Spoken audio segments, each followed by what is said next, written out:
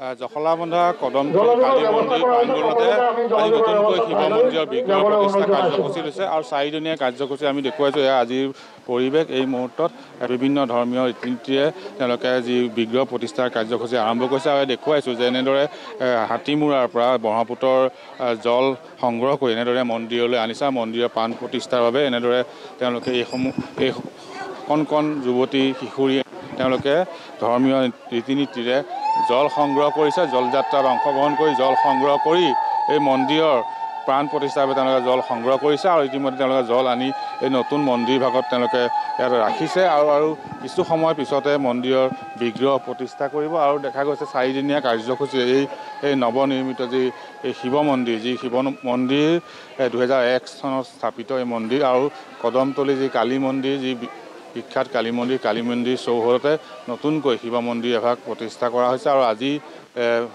যিহেতু ইয়াত বিগ্ৰহ স্থাপন কৰিব আৰু তাৰ বাবেই 4দিনীয়া কাৰ্যসূচী লৈছে। ইয়াত দেখা গৈছে এনেদৰে তেওঁলোকে ব্ৰহ্মপুত্ৰৰ পৰা পানী সংগ্ৰহ কৰি পবিত্ৰ জলধাৰা সংগ্ৰহ কৰি ইয়ালৈ আনিছে মন্দিৰৰ প্ৰাণ প্ৰতিষ্ঠাৰ বাবে। আৰু এই মুহূৰ্তত সকল কিশোৰী যুৱতী এনেদৰে তেওঁলোকে কলহত পানী ব্ৰহ্মপুত্ৰৰ পবিত্ৰ জলধাৰা আনিছে এই মন্দিৰৰ প্ৰাণ প্ৰতিষ্ঠাৰ বাবে।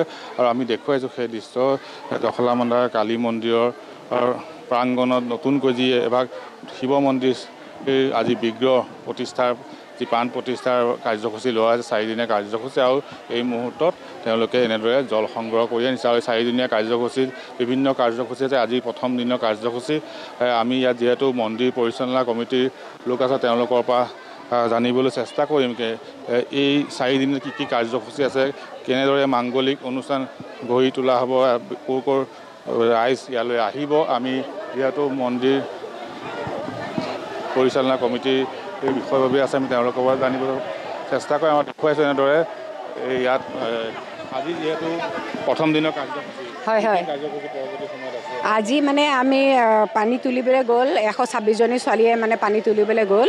পানীটো এতিয়া অনা হৈ গ'ল আৰু তাতে মানে আপোনাৰ ঘাটত বৰুণ পূজা কৰা হৈছে আৰু যিবিলাক নিয়ম আছে সেইবিলাক কৰা হৈছে।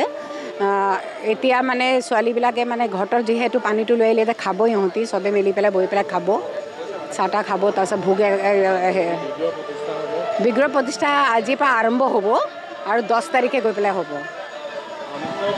এক মাংগলিক কাৰ্যসূচীৰ মাজতে এই নতুন নৱনিৰ্মিত যি শিৱ মন্দিৰৰ প্ৰাণ প্ৰতিষ্ঠাৰ বাবে তেওঁলোকে 4দিনীয়া কাৰ্যসূচী লয়। ইতিমধ্যে শতাধিক যুৱতী কিশোৰীয়ে ব্ৰহ্মপুত্ৰৰ পবিত্ৰ জলধাৰা আনি ইয়াত তেওঁলোকে ৰাখিছে আৰু পৰৱৰ্তী সময়ত এই মন্দিৰৰ যি নতুন বিগ্ৰহ প্ৰতিষ্ঠা কৰিব আৰু তাৰপিছতে এই মন্দিৰৰ প্ৰাণ প্ৰতিষ্ঠা কৰা বা জখলাবন্ধা কদমতলী কালী মন্দিৰৰ সমীপতে নতুনকৈ শিৱ মন্দিৰৰ আজি প্ৰাণ প্ৰতিষ্ঠাৰ কাৰ্যসূচী লোৱা হৈছে। আৰু প্ৰাণ প্ৰতিষ্ঠা আৰু এই 4দিনীয়া কাৰ্যসূচী বিভিন্ন কাৰ্যসূচী আছে আৰু বিভিন্ন ঠাইৰ লোকে ইয়াত ভিৰ কৰা পৰিলক্ষিত হৈছে।